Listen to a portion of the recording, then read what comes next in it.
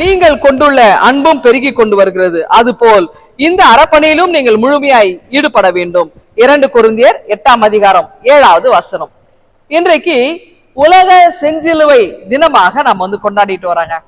அதாவது இன்டர்நேஷனல் இந்த red cross சங்கமாக, இயக்கமாக, மூமெண்டாக இந்த நாளை நாம் சிறப்பாய் கொண்டாடிட்டு வரோம். இது ஏன் வந்ததுனாக்கா, அதாவது 1864 உலக போர் நடைபெற்றது.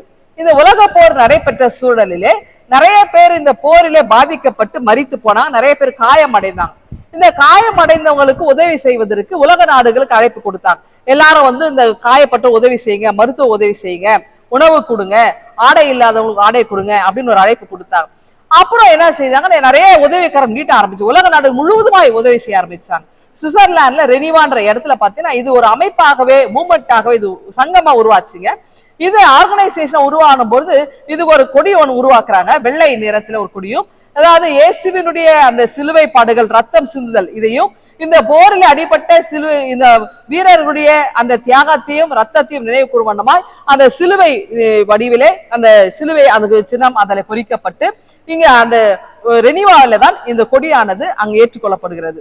இப்ப இந்த உலக நாடுகளுக்கு இந்த அழைப்பு கொடுத்து எல்லாரும் இன்னைக்கு அது ரொம்ப அழகா இந்த ரெட் கிராஸ் மூவ்மெண்ட் பத்தி ரொம்ப அழகா இந்த சங்கம் செயல்பட்டு வருதுங்க.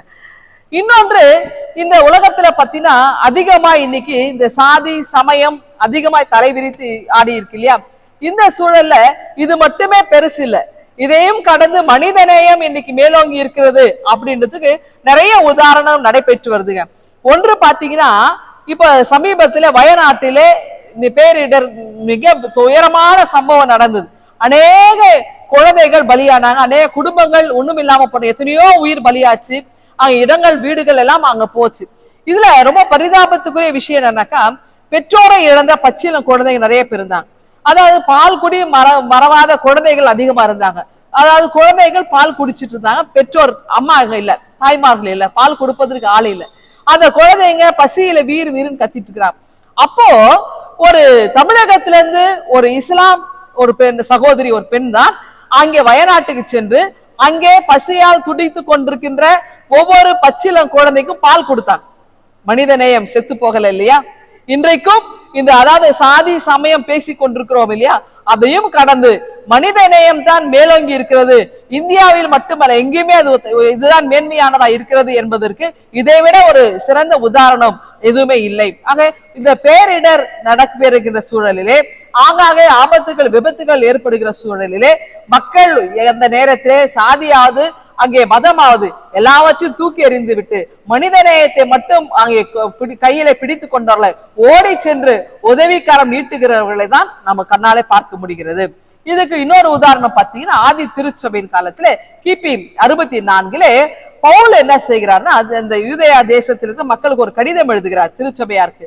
என்னன்னா, எருசலேமே வாழ்கிறவர்களுக்கு அது ஓய்வின் ஆண்டு. ஆகவே அது ஓய்வின் ஆண்டில அவர் நிலத்திலே பயிரிட மாட்டார்.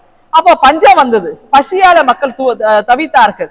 அப்போ அவர் உருவாக்கின திருச்சபைகளை அவர் கடிதம் எழுதுகிறார், இங்க எருசலேமிலே கொடிய பஞ்சம் இருக்கிறது, ஆகவே இவர்களுக்கு நீங்கள் உதவி செய்யுங்கள், உணவு கொடுங்கள், உடை கொடுங்கள் என்ற ஒரு அழைப்பு கொடுக்கிறார். நம்முடன் விசுவாசிகளை நீங்கள் ஆதரவு செய்யுங்கள் அப்படின்னு சொன்ன உடனே மக்கள் எல்லோரும் ஆதரவு கொடுத்தார்கள். எருசலேமில் இருந்த ஒரு காலத்துல ரொம்ப வசதியானவதான், ஆனா அவங்களுக்கும் ஒரு கஷ்டம் வருது இல்லையா? அப்ப வசதி படைத்தவர்களுக்கும் ஒரு கஷ்டம் வரும்பொழுது அங்கே பின்தங்கிய நிலையில் இருந்தவர்களும் உதவிக்கரம் நீட்டுகின்ற ஒரு நிலைமை. இதுதான் மனித நேயம். ஆக மனித நேயம் செத்து போகவில்லை, உலக அளவிலே எந்த சூழலிலும் எந்த காலத்திலும் அது மேலோங்கி நிற்கிறது. ஆகவே இந்த செயல்களிலே நீங்கள் தர்மம் செய்வதிலே நீங்கள் நிலைத்து நிறுங்கள், அதை விட்டு விடாதீர்கள், தொடர்ந்து செயல்படுங்கள் என்பதை பவுல் இங்கு வலியுறுத்துகிறார்.